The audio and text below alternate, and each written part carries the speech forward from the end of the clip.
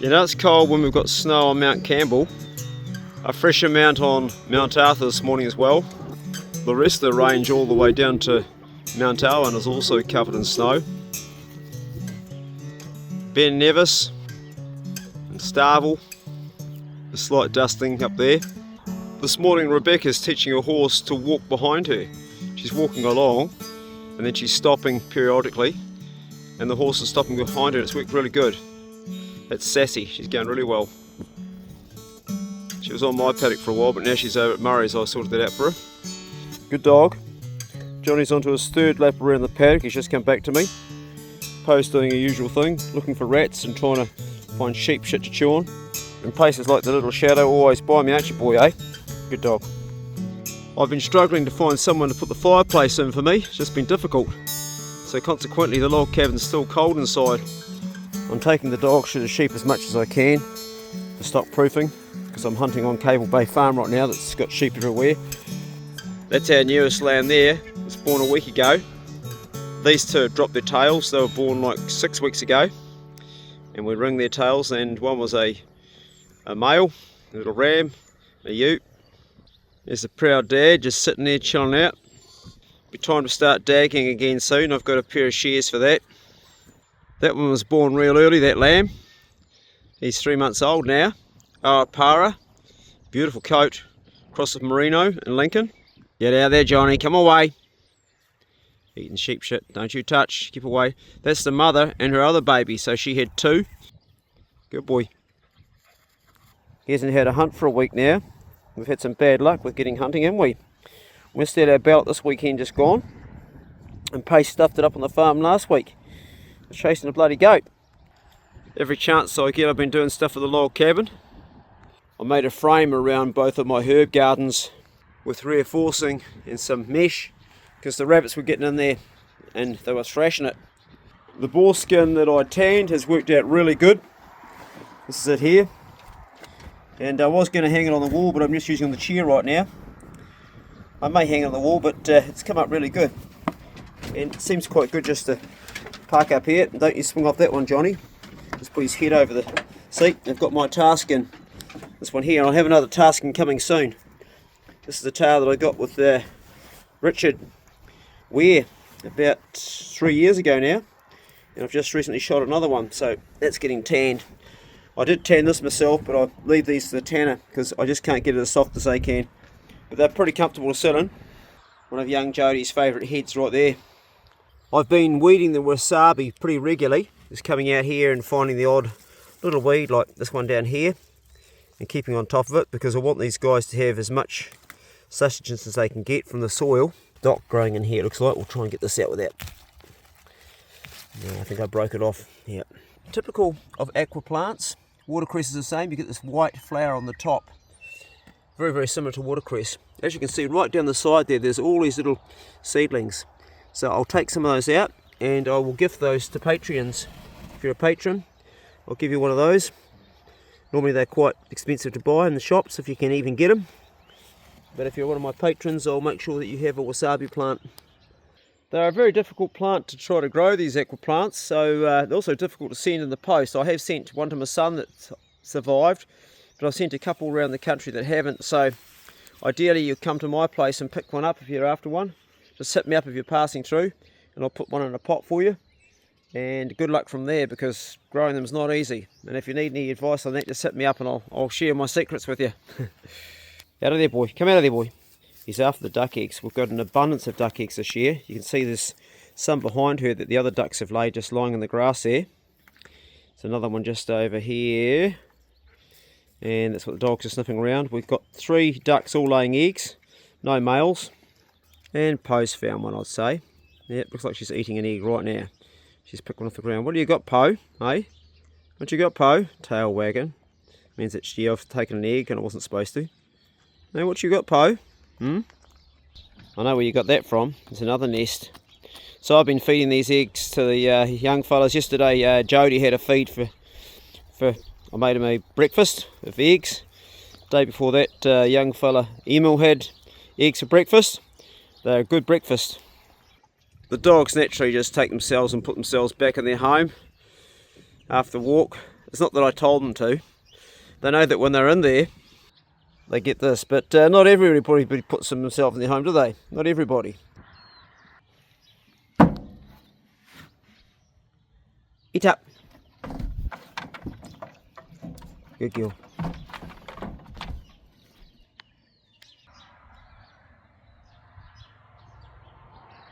Eat up.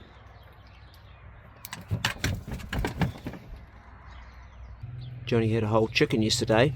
Leave it, Johnny. He had a whole chicken that I had to kill from my mum, my stepmum Sue. I went round there and the chicken was actually already dead in the cage, so it had died of hypoxia.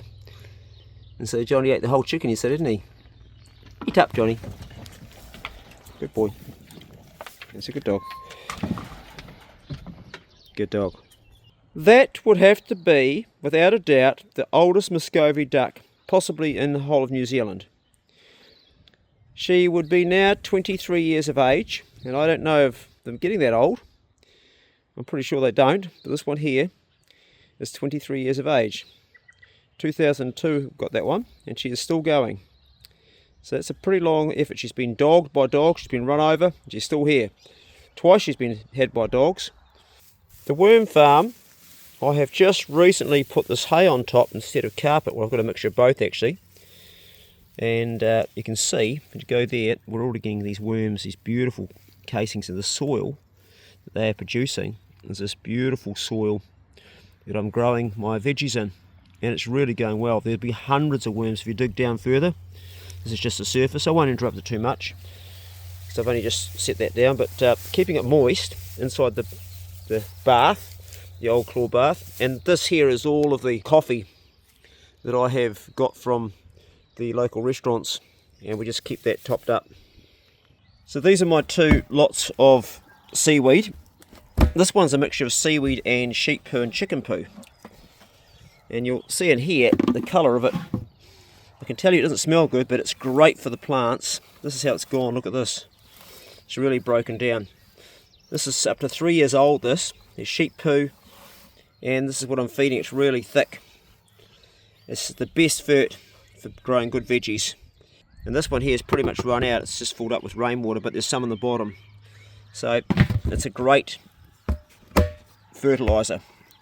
And there's the telltale sign that I need to poison the rats again. They've been eating these off the tree, and there's their poo. And this is fresh this morning, and you can see down there, there's some underneath the wasabi. Rats have been eating those, so I've got a rat to deal with again, another rat problem. This is what we deal with out here on the farm. I get on top of them, they come back. It's gone into my second wasabi patch, which has this mandarin tree, which keeps us some mandarins. Well, that's a lovely one. I'll take that one right now before the rats get it. Yes, it's been a real problem keeping on top of the rats. Some of this tree's died, as you can see. And I'll just have to cut that off again. This branch here needs to be taken off. We've had a good crop this year. That's a good one. Really nice.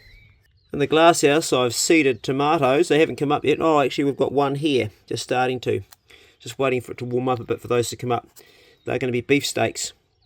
Currently, I'm out of chicken feed, so I've been feeding these guys other scraps. They had an old pumpkin there, which is in the box. It's one that Julie gave me. We haven't got any feed, and I'm just going to see if we've got any eggs yet, because the ducks have started laying. But these guys, have they? Nothing yet. Nothing in there. Nothing down here. We've only got 3 chickens, so. And nothing in this one either. A bit early still. I need to get some new chickens. They're pretty old, those ones. And I need to go and buy some feed, because they've just been living off veggies. Now they're in good shape. They're fat enough. But they need some protein as well. Dead carcasses of animals left over, I let them pick on that and they get protein out of that and turn into eggs. But I don't give them fish anymore because it makes the eggs taste like fish. The last week I've been with a couple of young blokes, young Emil from Germany, and he made himself a lure out of a boar tusk, and I spent a couple of days with him. It took him to make that. Normally it would be pretty fast, but he'd never used a drill, he'd never used a saw, and finally he made his lure and he was excited. And he was hungry, and I said, well, we'll go out and catch your dinner tonight. We'll try to at least, but it's not guaranteed. And we fished quite late into the dark, and by 9:30 he still didn't have a fish, and he promptly lost his lure in the first 10 minutes. So he came in very depressed that night. He was really upset with himself that he lost his lure, and he came home hungry. I dropped him off at my brother's house where he got a feed, but he learned a valuable lesson. He come back following a couple of days. He got 2 days off school, and he made another lure, which he went out and fished with me. I took him out yet again. We fished for quite a while up and down the Mapur estuary. We tried trawling, we tried fishing it, just casting it one place, anchored up. But eventually we took it off and we put on a standard lure, of which he caught himself a nice wee kahawai. It wasn't a big one. I caught one too, but I let it go. But he caught himself a nice little kahawai, and we took that down to the beach and we smoked it up, and he enjoyed that.